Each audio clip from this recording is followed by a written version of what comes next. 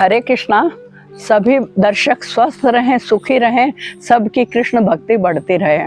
रक्षाबंधन का पर्व किन परिस्थितियों में शुरू हुआ, इस पर आज बात करते हैं। प्रहलाद महाराज के पुत्र थे विरोचन, और विरोचन के पुत्र थे बलि महाराज। बलि महाराज इतने शक्तिशाली थे कि उन्होंने सब देवताओं को उनके लोक से निकाल दिया। कोई वो जाकर छुप छुप कर रहने लगे। इंद्र से इंद्रलोक खाली करा लिया। अब वो दाएं बाएं गुफाओं में कहीं कहीं शरण लेके अपने दिन काट रहे थे। तो इधर देवताओं की माँ अदिति को इस बात से बड़ा कष्ट था। तो अदिति ने पयोव्रत किया। पयोव्रत ऐसा है, अगर कोई संपूर्ण एकदम हर तरह से शुद्धि से कर ले तो उसे निश्चित रूप से भगवान रूपी पुत्र की प्राप्ति होती है। तो अदिति का वो व्रत संपूर्ण हुआ और उससे फिर भगवान अदिति और कश्यप के पुत्र के रूप में उसी वक्त प्रकट हुए। अब वामन भगवान सुंदरता का आगार थे, वो इतने सुंदर थे। फिर सब और अन्य देवताओं ने भी उन्हें, किसी ने उनको जनेऊ दी, किसी ने उन्हें कमंडल दिया, किसी ने कुछ दिया, और वो उसको लेकर और वो चल दिए। जहाँ बलि महाराज यज्ञ कर रहे थे वहाँ चले गए। और बलि महाराज का ये नियम था कि वो अपने राज्य में कोई भी ब्राह्मण कभी भी आ जाए, लेकिन बलि महाराज को भगवान विष्णु मार नहीं सकते थे, क्योंकि बलि महाराज ब्राह्मणों का बड़ा सम्मान करते थे। तो भगवान की पावर ही नहीं है कि जो ब्राह्मणों को संतुष्ट रखे, उसका भगवान कुछ भी बाल बांका कर सके। तो वामन भगवान तो भगवान ही है। साम दाम दंड भेद से वो अपना काम बनाना जानते हैं। तो बलि महाराज की यज्ञशाला में पहुँचे, और जैसे वहाँ पहुँचे तो इतने सुंदरता का आगार थे, तो सब उनके सम्मान में खड़े हो गए।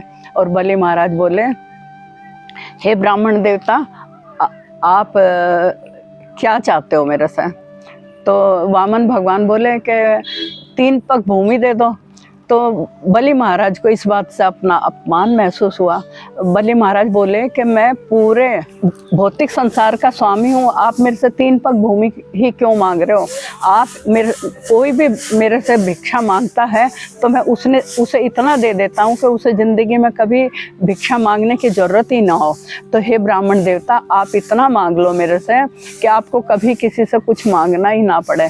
तो वामन भगवान बोले, ब्राह्मण को कभी भी लालची नहीं होना चाहिए, मैं इतने से ही संतुष्ट हो जाऊंगा, तो मुझे केवल 3 पग भूमि दे दो। तो इधर बलि महाराज के गुरु थे शुक्राचार्य जी। अब शुक्राचार्य जी तो बहुत जानते थे, तो उन्होंने कहा बलि को कि बलि, ये विष्णु है, ये तेरे से तेरा सब कुछ छीन लेगा और देवताओं को दे देगा। तो बलि महाराज ने सोचा कि जब विष्णु ही है तो मेरा सब कुछ छीन ही लेगा, तो फिर मैं क्यों ना स्वेच्छा से दान कर दूं। तो बलि महाराज कमंडल से जल निकालकर और संकल्प लेना चाह रहे थे। तो शुक्राचार्य जी ने देखा कि मेरा शिष्य तो मान नहीं रहा है, तो कमंडल में, वो जो कमंडल की नली होती है उसमें घुसकर बैठ गए। अब भगवान तो भगवान है, उन्होंने एक तिनके से उसमें कमंडल में अंदर घुसाया ताकि जल बाहर निकल आए। तो जैसे ही तिनका अंदर मारा तो शुक्राचार्य जी की एक आंख फूट गई, और शुक्राचार्य जी एक आंख के ही हैं। बलि महाराज ने संकल्प लिया और बोले, 3 पग भूमि मैं आपको देता हूँ।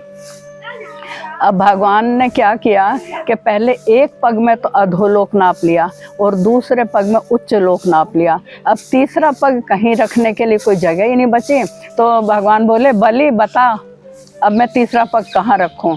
तो बलि महाराज बोले, दान से दाता ज़्यादा बड़ा होता है, आप तीसरा पग मेरे मस्तक पर रख लें।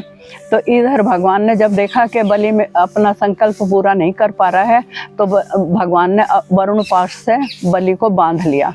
अब बलि बंधे हुए थे और असहाय की तरह से हाथ जोड़े खड़े थे।